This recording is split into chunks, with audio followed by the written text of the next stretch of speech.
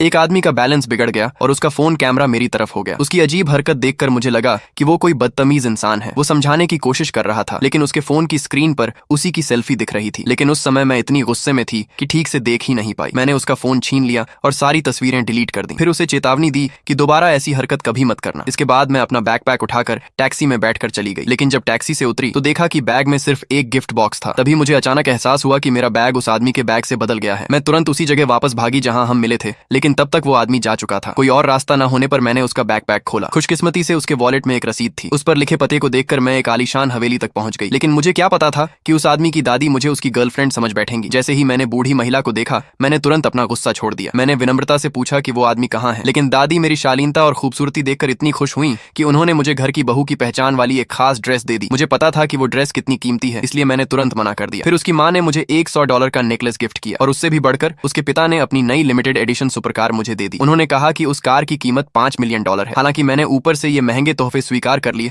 लेकिन अंदर ही अंदर मैं बहुत घबराई हुई थी। उधर वो आदमी अपनी गर्लफ्रेंड को प्रपोज करने वाला था। उसने मेरे बैग से एक लिपस्टिक निकाली, लेकिन उसकी गर्लफ्रेंड ने देखा कि लिपस्टिक इस्तेमाल की हुई है। तब उसने पूरा बैग खाली कर दिया और उन अनजान चीजों को देखकर हैरान रह गया। उसकी गर्लफ्रेंड ने गलतफहमी में सोचा कि उसने उसे धोखा दिया है। वो गुस्से में ब्रेकअप करके चली गई। तभी उस आदमी को एहसास हुआ कि उसका और उसके भाई का बैग मेरे साथ बदल गया है। उसी समय उसके पिता का फोन आया। उन्होंने तुरंत घर आने को कहा ताकि वो अपनी गर्लफ्रेंड के साथ समय बिताए। ये सुनकर वो और भी ज्यादा उलझन में पड़ गया। उधर मैं पूरी रात बिस्तर पर करवटें बदलती रही। मुझे समझ ही नहीं आ रहा था कि मैं अचानक किसी की गर्लफ्रेंड कैसे बन गई। मैंने तय किया कि उस आदमी के लौटने का इंतजार करूंगी और उसके परिवार को सारी सच्चाई बता दूंगी। कुछ देर बाद थका हुआ आदमी अपने कमरे में लौटा, लेकिन उसे नहीं पता था कि मैं भी उसी कमरे में थी। अगली सुबह जब हमारी आंख खुली, तब जाकर हम एक दूसरे को देख पाए। अपना सामान बैग में देखकर मुझे राहत मिली और अपने गर्लफ्रेंड के लिए तैयार किया हुआ गिफ्ट सुरक्षित देखकर वो भी खुश हो गया। फिर मैंने सारे गिफ्ट उसे वापस कर दिए। मैं उसके परिवार को सारी गलतफहमी समझाना चाहती थी, लेकिन उसके परिवार को लगा कि उसने मुझे परेशान किया।